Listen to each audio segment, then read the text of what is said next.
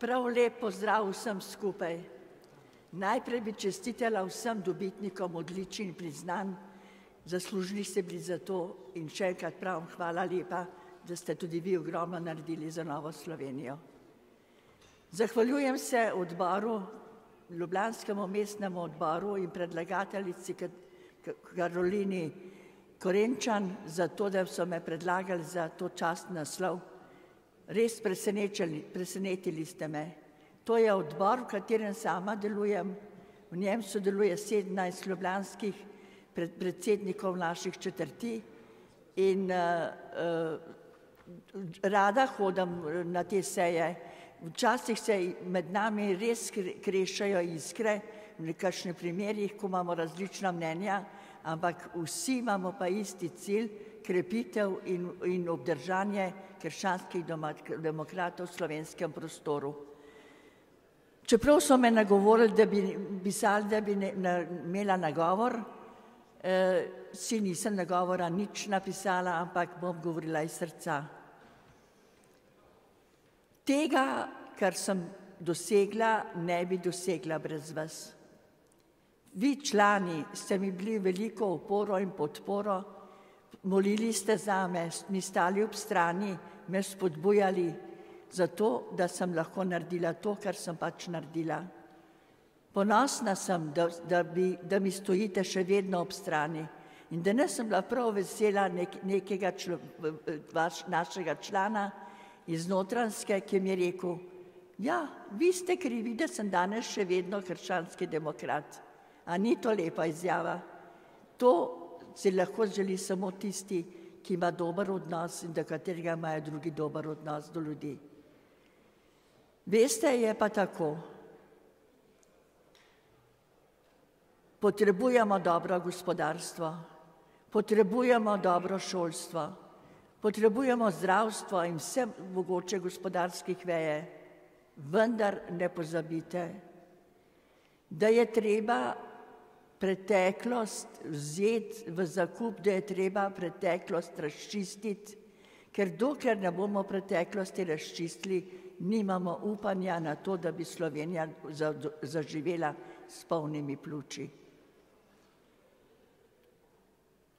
Žal, vsako volilno leto ugotavljamo, da smo prav kristjani tisti, ki ostanemo na volitvah doma, da velja pri nas zaspanost umska, da nimamo več zgodovinskega spomina, da se prepuščamo apatiji, da namesto, da bi kot kristjani, ki imamo dolžnost, in to je naše poslanstvo, da skrbimo za to, da se bo Slovenija očistila vsega, kar je vse navlake, ki je bila deležna med vojno in po vojni, pustimo, da z nami delajo tisti, ki so prej morili, danes pa njihovi nasledniki ali celo oni sami regirajo državo. Kje ste kristjani? Kje ste kristjani, da se dovolite to, da lahko drugi manipulirajo z vami? Res je, bil je sprejet zakon o častnem pokopu, vendar ugotavljamo lahko, da tisti, predvsem Dolenjci in Notranjci, predvsem iz teh dveh regij, je največ pobitih ljudi, še vedno iščejo svoje svojce, še vedno čakajo na to, da bi bili pokopani v njihovi bližini in nikakor se ne moramo strinjati s tem, da bojo oddaljeni od nas, daleč v Mariboru, ki nikoli ni imela in ne bo imela take povezave s trpljenjem, kot ga je imela Dolenjska in Notranjska. Kaj pravite, kaj bi rekli? Tako kot se dogaja na sodišču, če je na enem sodišču preveč dela, ga pošljajo na drugemu sodišču in to namesto v Ljubljani recimo na Rakek.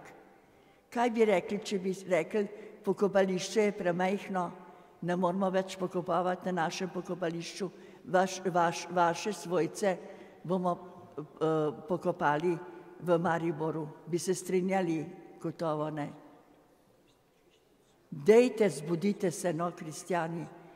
Dejte enkrat pokazati, ker edino s tem, s to politično spremembo lahko dosežemo to, da bomo spet normalna država, kot jo predstavlja zdaj straša stranka.